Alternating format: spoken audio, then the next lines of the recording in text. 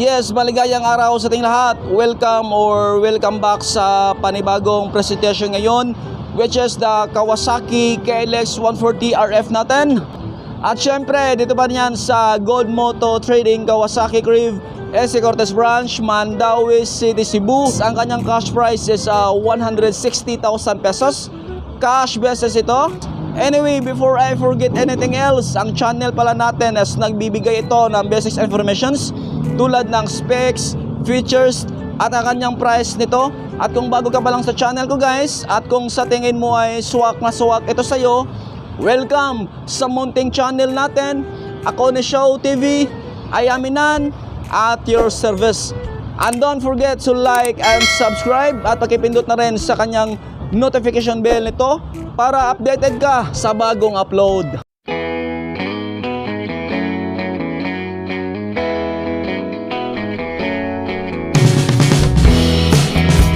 Yes, tara, unahin natin para sa kanyang harapan. You can see walang headlights, walang turn signal lights ito dahil nakadesign talaga ito pang trail bikes natin para kay Kawasaki KLX 140 RF. Then, nandito lang is ang kanyang number plates. Naka plain white ito. Then, decals na Kawasaki color black. Lalagyan ito para sa kanyang numero. Plastic na plastic. Well, ang kanyang front fender, naka color green ito. Plastic na rin. At medyo may makapalan ng konti nito, no? Para sa kanyang front fender. So, naka color green ito. While pagdating naman para sa kanyang front suspension, naka telescopic fork ito. While ang kanyang front suspension travel is 190mm or 7.48 inches. While ang kanyang front fork oil type, Kawasaki fork oil SS-8. While ang kanyang amount per fork leg, 282 ml. Two other sides, left side, then right side. With additional box cover para sa kanyang front suspension. Then rubber rest ito na makapal. Then naging protector ito para sa kanyang inner tube. Iwas talsik sa mga putikan or bato-bato. So naging protector talaga ito para sa kanyang inner tube. Then during trails activities natin or during rainy seasons natin, yes, nanatiling makinis yung inner tube natin dahil sa kanyang box cover protector. While pagdating naman sa kanyang tire size front, 2.85 by 21. IRC ang brand gamit nila, VE35F. While ang kanyang tire air pressure front, 22 PSI, naka-tube type pa rin ito. Yes, pagdating naman para sa kanyang rim size front, naka 21 by 1.60. Naka disc brake ito, pedal disc with dual piston caliper para sa kanyang preno dito sa harap. Oh yes, para sa kanyang likuran naman, you can see para sa kanyang rear fender, di gaanong mahaba ito, katamtaman ng kanyang laki, naka plastic pa rin. Then color green ito, stylish ang datingan para sa kanyang rear fender. While ang kanyang tire size rear, naka 4.10 by 18. 59M, IRC ang brand gamit nila, VA33. Walang kanyang tire air pressure rear, 22 PSI, naka tube type, then naka spokes ito, then naka pedal decks with single piston caliper para sa kanyang preno nito. While ang kanyang rear suspension naman is naka new unitrack swing arm ito. Well, pagdating naman para sa kanyang handlebar, naka naked type para nito. Oh yes, para sa kanyang steering angle, 41 degree to either sides, left side, then right side. While ang kanyang handlebar switches dito sa left sides, yes, naka-indicate ito ang kanyang kill switch. Kill switch has 2 position, off position, on position, then ang kanyang starter button, then ang kanyang clutch lever. While ang kanyang clutch type is naka-weight multi-dex ito. Then ang kanyang handlebar switches naman dito sa right side, naka-indicate lang dito ang kanyang throttle grip, then ang kanyang brake lever, then ang kanyang front brake fluid receiver, naka .3 or .4 para sa kanyang handlebar. Then location din ito para sa kanyang choke knob. Then location ito para sa kanyang fuel tank. Fuel tank capacity 5.9 liters. So laking tulong, laking bagay para nito para sa kanyang 5.9 liters during trails activities natin. Then to open up, then twist mo lang ito counterclockwise. Ayan. So close ulit clockwise para sa kanyang fuel tank cap. Then ang kanyang breathing hose. So magandang yung flow para sa gas natin dahil may breathing hose ito para sa kanyang fuel tank. Oh yes, para sa kanyang side cover naman or para sa kanyang side view, ang gandang tingnan para kay Kawasaki KLX 140RF natin. While ang kanyang curb mass nito is 99 kilograms, while ang kanyang front type is naka-tubular semi-cradle ito. Tara silipin natin para sa kanyang decals nito, then para sa kanyang parts and location. Then you can see para sa kanyang mga decals nito, KLX combination color with black, white, din ang kanyang green, 140RF para sa kanyang decals. Again, combination color with black, din ang kanyang white para sa kanyang mga perais nito. Ang gandang tingnan, rugged na rugged looks ito para sa akin, para kay KLX 140RF natin. While ang kanyang side view cover naman dito sa left side, yes, plastic na plastic ito.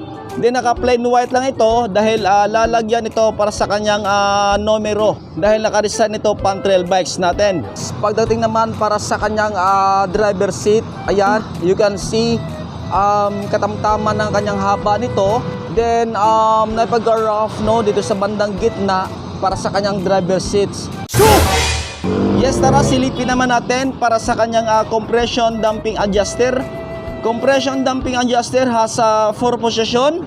Alright, you can see para sa kanyang marker. So dito sa up is ang number 1, yung pinaka softest talaga, yung malambot lang. Then second, third, then ang kanyang fourth. Walang kanyang fourth is napaka-hardest na nito. Ayan, so kung depende ito sa mga riders natin para sa kanyang compression damping adjuster. Then you can see para sa kanyang fuel top. Yes, fuel top has 3 position, reserve position, off position, then ang kanyang on position. So fuel top, laking tulong, laking bagay ito para sa mga riders natin.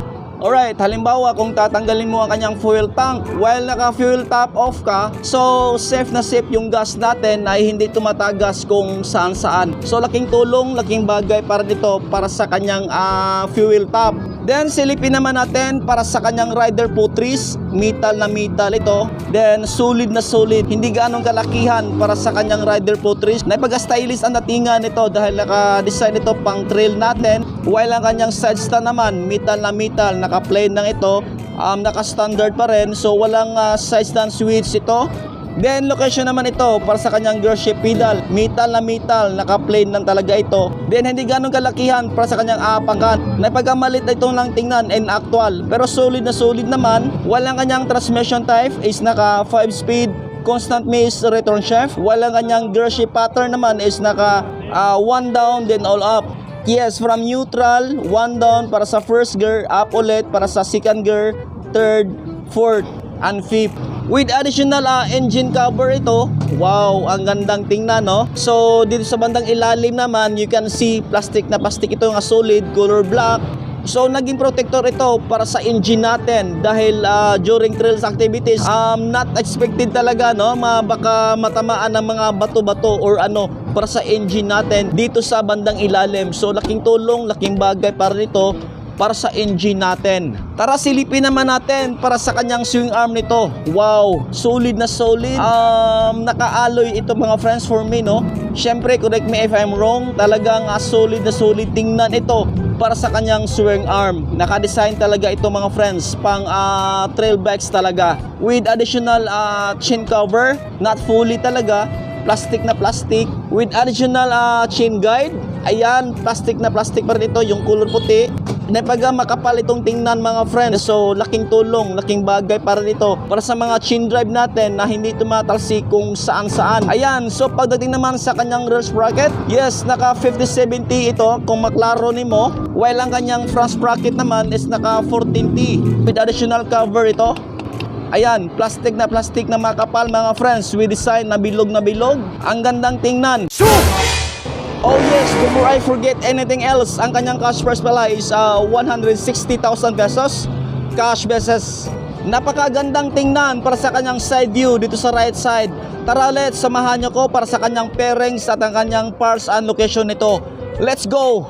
Ayan, you can see para sa kanyang decals, KLX combination color with black, white, din ang kanyang green. Then ang kanyang 140 RF, combination color with green, din ang kanyang white, at ang kanyang black. Ang gandang tingnan. Yes, then again, rugged na rugged for me ito tingnan para sa akin mga friends, para kay Kawasaki KLX 140 RF natin. While pagdating naman para sa kanyang side cover dito sa right side, ayan, so plastic na plastic ito. Then naka plain white para nito mga friends dahil lalagyan ito para sa kanyang numero. Napaka-solid tingnan para sa kanyang side cover dito sa right side. Oh yes, then location naman ito para sa kanyang muffler. Ayan, ang gandang tingnan, napaka-simple, napaka-stylish ang datingan nito para sa kanyang muffler. Tara, silipin naman natin para sa kanyang swing arm. So again, solid na solid tingnan ito para sa kanyang swing arm in actual. Talagang magagandahan ka para kay Kawasaki KLX 140 RF natin. Tara, silipin naman natin para sa kanyang exhaust. Kita na metal. May dalawang allen type dito para matanggal mo naman ito mga friends. Ang gandang tingnan. Then while ang kanyang spark plug gap is 0.7 to 0.8 mm with additional spark plug cap nito. Naka color black ito mga friends. Then naka screw type ito para sa kanyang spark plug. Naka standard ito NG key CR7HSA. Anyway, naka card pa rin ito para kay KLX 140 RF natin. Keyhen PB20 para sa kanyang carburetor. You can see para sa kanyang rider foot peg or foot trees. Aba, metal na metal. Talagang nakadesign ito pang trail bikes talaga mga friends, no? Solid na solid tingnan ito. Ayan, kakapit talaga yung mga boots natin dahil sa kanyang design nito. While ang kanyang brake pedal naman, naka-plain lang ito, metal na metal. Katamtama lang yung laki para sa kanyang apakan. So walang rubberize ito. Then location naman ito para sa kanyang rear brake fluid. Naka .3 or .4 ito. Nissin ang gamit sa brand nila para sa kanyang brake fluid reservoir dito sa likod. Yes, tara, silipin naman natin para sa kanyang specs nito. Engine type, single overhead cam, 2 valve, single cylinder, 4-stroke air-cooled. While ang kanyang bore stroke is 58.0 by 54.4 mm. Displacement 144cc. While ang kanyang starting system, naka-electric starter ito. Walang kickstarter ito mga friends. Then ang kanyang lubrication system is naka-force lubrication with SAM ito. Then pagdating naman para sa kanyang dimension, ang kanyang length is 2,005 mm. Ang kanyang width 790 mm. Then ang kanyang height 1,135 mm. Wheelbase meaning between the distance from the center of the front wheels to the center of the rail wheels 1,330 mm. Oh yes, while ang kanyang road clearance naman is 315 mm ito. Curb mass again naka 99 kilograms ito para kay Kawasaki KLX 140 RF natin. Kung interesado ka, syempre nandito pa rin yan sa Gold Moto Trading, Kawasaki Crib, S. Cortez Branch, Mandawi City, Cebu. So welcome para sa panibagong presentation natin. Ako ni Show TV. Welcome sa munting channel natin. Matsalam.